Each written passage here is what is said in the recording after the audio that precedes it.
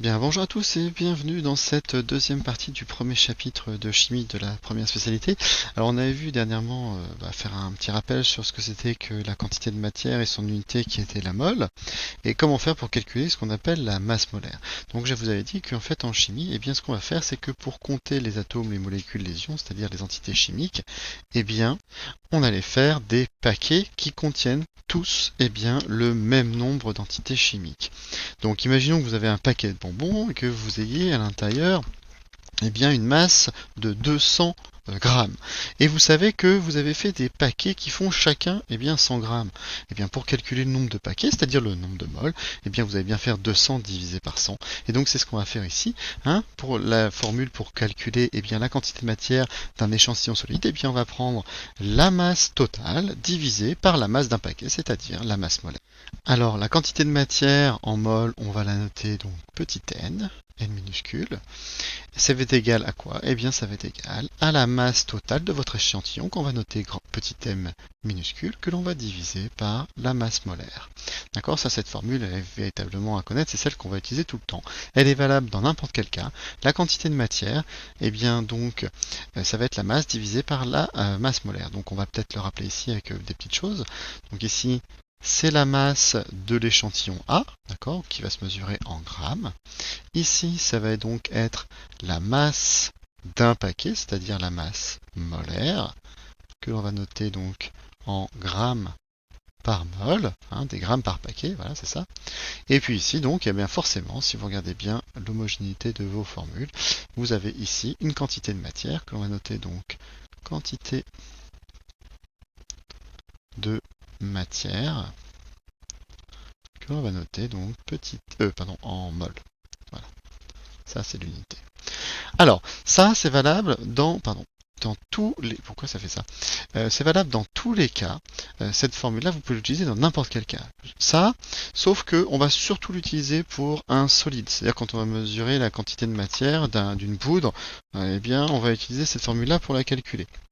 Donc, on va mesurer la masse et on va calculer la quantité de matière. Donc ici, en fait, ça est valable tout le temps. Sauf qu'il y a des moments, on ne va pas avoir besoin de la quantité de matière d'un solide. On va avoir besoin de calculer la quantité de matière d'un liquide. Et là, le problème, c'est que on va pas dire qu'on va peser 3 grammes ou 10 grammes ou 100 grammes. On va vous dire, par exemple, on va prélever 10 millilitres d'éthanol. 10 millilitres d'éthanol, on peut, grâce à cette mesure, calculer la quantité de matière. Sauf que, en fait, si j'ai le volume et que moi je veux la masse ici, il faut trouver un lien entre la masse et le volume. Vous la connaissez, c'est la masse volumique qui est notée ici et qu'on va noter ρ. Alors le ρ, je vais le faire ici sur le côté pour qu'on voit bien, vous le faites pas. L'euro, c'est comme ceci. Voilà, c'est un peu incurvé. Voilà, c'est comme ceci. C'est pas un P, il faut faire attention à ça. Et donc, alors, quelle est cette formule qui relie la masse volumique, la masse et le volume? Comme son nom indique, masse volumique, ça va être ρ qui va être égal à la masse divisée par le volume. Donc, ici, ça c'est la formule qui est à connaître. Donc si vous connaissez celle-ci, vous pouvez trouver le lien pour calculer la quantité de matière d'un liquide. Parce que regardez bien, donc en fait, si je transforme cette formule-là, si je fais m égale quelque chose, ça vous fait m égale ρ fois v. Et dans ce cas-là, maintenant, le m, je vais pouvoir le remplacer ici. Vous voyez, mon m, c'est ρ fois v, je vais le remplacer ici. Donc ça va vous donner donc que, en fait, la quantité de matière d'un liquide, c'est égal. Donc c'est égal à quoi? Rho fois V divisé par grand M. Alors, cette formule-là, je ne l'ai pas encadrée exprès, c'est parce qu'en fait, je vais la faire ici. Ça, c'est savoir retrouver cette formule-là. Je ne vous conseille pas de la prendre par cœur. Dans ce chapitre-là, vous allez avoir beaucoup de formules. Il faut en connaître quelques-unes et arriver à se débrouiller pour pouvoir avoir ce que l'on veut. Si vous voulez la prendre par cœur, vous la prenez par cœur, mais croyez-moi, des formules en physique, il y en a des quantités astronomiques et donc ça sert à rien de s'encombrer la tête avec des formules alors que sachant qu'on peut les retrouver. Parce que si je connais celle-ci et je connais celle-ci, je peux retrouver celle-ci. Donc ça sert à rien de s'encombrer la tête avec des choses qui ne servent à rien. Alors par contre, il faut faire très très attention à une chose quand on utilise la masse volumique, c'est aux unités. Alors les unités, je vais peut-être les faire d'une autre couleur, je vais les faire en orange ici, c'est bien ça. Donc en fait, ici la masse, Donc ici, ça va se mesurer en grammes. Par contre, ici, ça c'est le volume. Je vais le faire ici. Donc le volume, hein, si je le mesure en litres ici, eh bien ça veut dire que votre masse volumique qui va être ici, ça c'est la masse volumique, eh bien je vais la mesurer en grammes par litre. Alors, le problème, c'est qu'on peut avoir d'autres unités ici. Donc, il est marqué ici attention, ça veut dire que là, ça va être un piège. Donc, attention aux unités, ça, c'est très important. Parce que, en fait, tout va dépendre de votre énoncé et en quoi va être prononcée la masse volumique. Elle peut être donnée en, par exemple, en kilogrammes par mètre cube. Voilà, c'est un -3 ici. Je vais le refaire, il n'est pas très joli. Donc c'est -3 ici. Ou alors, on peut avoir une autre unité, par exemple, c'est le kilogramme par litre. Donc dans ce cas-là, il faudra faire attention à vos unités. Vous devrez avoir donc l'homogénéité de vos unités. C'est-à-dire que si vous avez quelque chose en kilogrammes par mètre cube, et nous on vous demande quelque chose en grammes par litre, eh bien il faudra convertir les kilogrammes en grammes et les mètres cubes eh bien, en litres. C'est là-dessus qu'il va falloir s'entraîner, c'est savoir faire des conversions pour pas se tromper. Alors, autre chose aussi, vous pouvez aussi avoir un professeur un peu pas très sympathique, donc c'est forcément le cas puisque aucun professeur de physique n'est sympathique, qui peut vous donner tout simplement la densité. Alors la densité, c'est quasiment la même chose que la masse volumique, sauf que la densité en fait elle n'a pas d'unité. Pourquoi? Pas parce que la densité on la calcule comme ceci. La densité c'est quoi? Eh bien c'est la masse volumique de votre échantillon A divisé par la masse volumique de l'eau s'il s'agit d'un liquide. Alors, si c'est un gaz, c'est la masse volumique de l'air, mais nous, ça ne nous conviendra pas, en fait, ça sera toujours la masse volumique de l'eau. Et donc, des fois, on vous donnera la densité et la masse volumique de l'eau. Alors, ou pas, parce que la masse volumique de l'eau, elle est à connaître, c'est ρO, c'est égal à 1000 kg par, 1000 grammes par litre ou 1 kg par litre. L'eau, c'est 1 kg par litre, c'est-à-dire aussi 1000 kg par mètre cube. Donc ça va dépendre de ce qu'on vous donne. Ça, c'est à connaître quand même, ρO. Et donc, on peut vous dire, bah tiens, on vous donne la densité. Et donc là, ce sera quasiment le même calcul qu'ici, puisque je vais pouvoir remplacer mon ρ par mon d fois ρO. Mais il faudra faire très très attention à vos unités. Voilà, c'est ça la différence qu'on peut obtenir avec la densité. Ce sont les unités qui ne sont pas données, puisque regardez bien ici en fait à cet endroit-là, ça si vous avez, je vais le faire ici peut-être en vert, si vous avez par exemple des kilogrammes par mètre cube, et bien là, il vous faudra aussi des kilogrammes par mètre cube. Ça veut dire qu'il faudra penser, si vous n'avez pas des kilogrammes par mètre cube, à faire une conversion ici. Donc il faut absolument que les deux soient dans les mêmes unités pour que l'on puisse l'appliquer. Et ça, c'est pas toujours donné puisque la densité n'a pas d'unité. Un kilogramme par mètre cube divisé par kilogramme par mètre cube, ça n'a pas d'unité. Enfin, ça n'a pas de dimension plutôt. Voilà, c'était comme ça qu'on pouvait faire pour calculer du coup la quantité de matière grâce à cette formule qu'on retrouve, grâce à la masse volumique et ainsi que le volume de l'échantillon. Autre chose, quand il s'agit d'un gaz, eh bien s'il s'agit d'un gaz, ma feuille, elle est où? Elle est là-haut. Alors on a vu donc en activité, oui, il y a un zigouigoui là, tiens, je vais l'enlever. Donc, on avait vu donc en activité que en fait, une mole de gaz, dans ce qu'on appelle les CNTP, c'est-à-dire les conditions normales et de pression, c'est-à-dire que si on se met à 0 degré Celsius et sous une pression de 1013 hectopascal, eh bien, quel que soit le gaz que l'on peut avoir, eh bien, il aura toujours le même volume.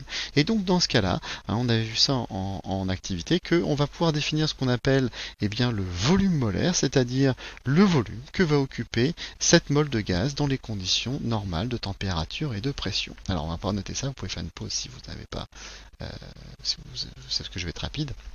Donc une mole de gaz dans les CNTP, conditions normales de température et de pression, j'aurais dû mettre d'ailleurs température et de pression, c'est pas grave, occupe toujours eh bien, le même volume. Et dans ce cas, on peut montrer que pour la quantité de matière pour un gaz, du coup j'ai pas changé, donc c'est petit n est égal à quoi? Eh bien au volume de ce gaz que je vais diviser par le volume que va occuper une mole. C'est ce qu'on appelle le volume molaire et on va le noter V indice petit m. Et ça, faut pas se préoccuper parce que c'est très facile, ça c'est toujours donné dans l'énoncé. Vous n'avez pas à retenir la valeur.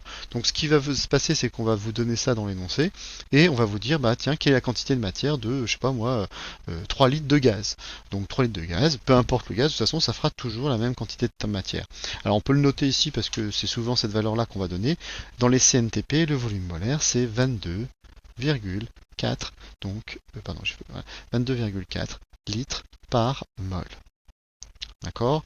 Alors pourquoi c'est des litres par mol, puisque ici, si vous regardez bien, à cet endroit-là, vous avez des litres. De ce côté-là, vous avez des mols. Donc si vous inversez ici les deux, vous avez bien des ici litres par mol. Voilà. Ça, c'était pour calculer la quantité de matière d'un échantillon gazeux. Donc c'est le volume du gaz divisé par le volume molaire.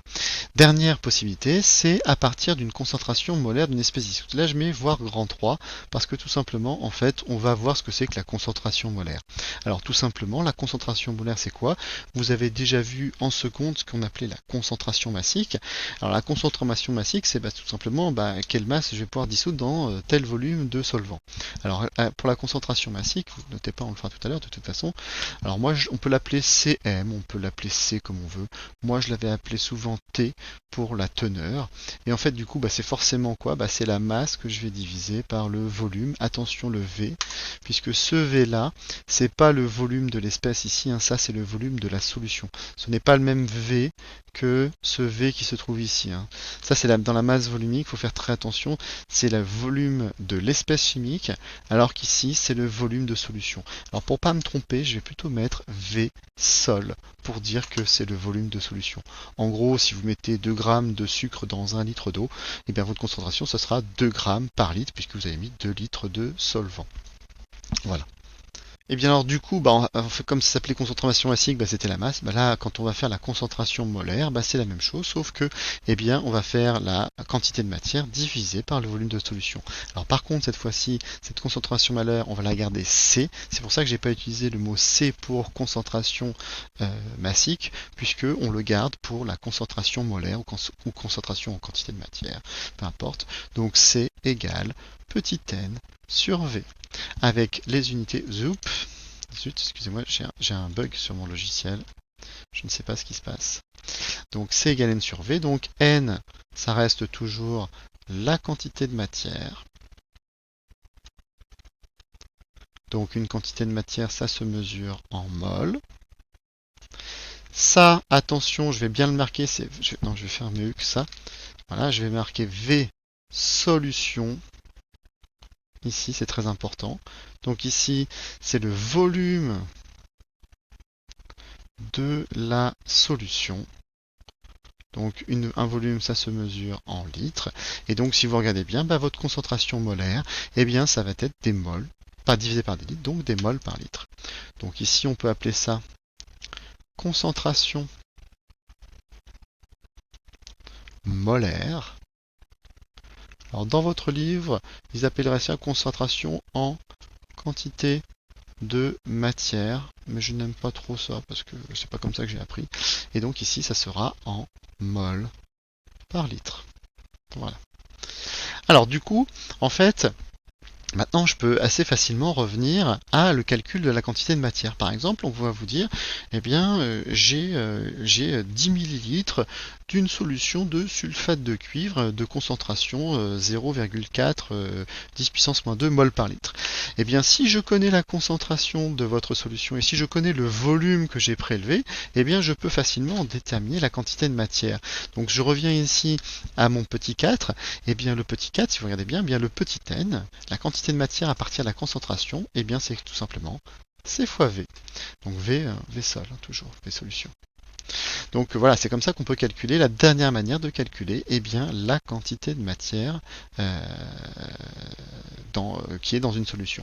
Donc vous avez 4 possibilités. Soit c'est un solide, j'utilise cette formule-là. Soit c'est un liquide, je combine celle-ci avec celle-ci pour obtenir celle-là. Soit c'est un gaz, donc là c'est assez facile puisque, bug. Donc soit j'utilise celle-ci, et puis si c'est une concentration, j'utilise celle-ci pour calculer la concentration, celle-ci pour calculer la quantité de matière. Alors quand on est en termes, puisqu'on est en train de parler de concentration molaire, eh bien on va savoir ce qui se passe quand je vais diluer une solution. Donc on vous dit donc lors d'une dilution, il y a conservation de la quantité de matière, comme l'année dernière en seconde, sauf que cette fois-ci c'est la conservation de la masse. Hein. Si vous mettez 2 grammes de sel dans de l'eau, dans 1 litre d'eau, vous avez beau rajouter autant d'eau que vous voulez, il y aura toujours 2 grammes de sel dans de l'eau. D'accord? Et donc ça va être la même chose puisque forcément, eh bien masse et quantité de matière c'est proportionnel. Donc forcément, vous aurez forcément la même quantité de matière à l'intérieur. Donc la quantité de soluté qu'on va noter NM contenue dans un volume VM de solution mère, attention à ne pas confondre, c'est pas même VM que tout à l'heure, de solution mère, hein, puisque ici le M veut dire solution mère, c'est la solution de départ qu'on va utiliser, de concentration Cm est égale à la concentration donc NF contenue dans un volume VF de solution phi de concentration CF. En gros, hein, souvenez-vous, la solution de départ s'appelle la solution mère, vous allez la diluer, vous allez obtenir la solution phi. Donc comme vous avez conservation de la quantité de matière, ça veut dire que la quantité de matière petit n indice petit m eh bien, va être égale à la quantité de matière dans la solution phi. Donc si je reprends maintenant, oh, c'est pas possible ce truc, ça m'énerve. Si je prends ici donc cette formule-là, eh bien je vais pouvoir dire que j'ai la concentration molaire mère, donc Cm, fois le volume de solution mère que je vais appeler Vm est égal à la concentration molaire de la solution phi fois le volume de la solution phi. Donc Cm fois Vm égale Cf fois Vf. Ça, c'est la formule que l'on peut utiliser lors de la dilution. Et dernière chose pour cette vidéo-là, on va faire le lien entre la concentration massique que l'on avait vue en seconde et la concentration molaire que l'on voit ici en première spécialité. Alors, donc en fait, je vous ai dit, j'aime pas trop m'encombrer avec des formules qui ne servent à rien. Celle-ci en fait partie. En fait, il faut retrouver le lien. Alors, on va voir ce que l'on connaît.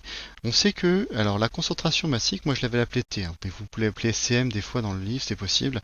Mais je trouve que Cm ici, ça va être confondu avec concentration de la solution mère, et c'est un petit peu embêtant, puisque dans ce cas-là où il marque Cm et entre parenthèses mère, et ce qui fait lourd pour les notations. Donc moi c'est pour ça que j'utilise la lettre T pour la concentration massique, qui veut dire le teneur, le taux, le titre, peu importe. Et donc ici, c'est pour ça qu'on utilise la lettre T. Alors en fait, ce qui se passe, c'est que je vais faire le lien entre toutes ces formules. On va se les rappeler. On va se dire que, T, la concentration massique, c'est donc la masse divisée par le volume de la solution. Je mets juste V là parce que c'est pour aller plus vite. On sait aussi que, la quantité de matière, c'est quoi? C'est petit n égale petit m sur grand M. Alors, regardez bien, je vais changer mon petit m. Donc petit m, c'est égal à petit n fois grand M. Et donc ça, je vais pouvoir le changer. Hein. Tac, faire ici. Ça, pardon, je n'ai pas très bien fait. Je vais le faire un peu mieux. Ça, je vais le remplacer, je vais le mettre à l'intérieur. Donc ça va vous donner quoi? Ça va vous donner que t est égal à petit n fois grand M divisé par V. Et là, regardez bien ce que l'on obtient. Je vais le faire en violet. Ça, ici, regardez, petit n sur V, ça, c'est quoi? C'est votre concentration, molaire. Donc, ce qui veut dire que globalement, on va dire que T est égal à C fois grand M. Donc en fait, la concentration, si j'ai la concentration molaire, je vais multiplier par la masse molaire de votre soluté pour pouvoir avoir la concentration massique. Et si on regarde les unités, il n'y a pas de problème, puisque ici vous avez C qui c'est en mol par litre. Vous allez multiplier ça par des grammes par mol moins 1, et regardez bien, donc les mols vont s'annuler. Vous avez bien des grammes par litre, c'est bien l'unité de la concentration massique.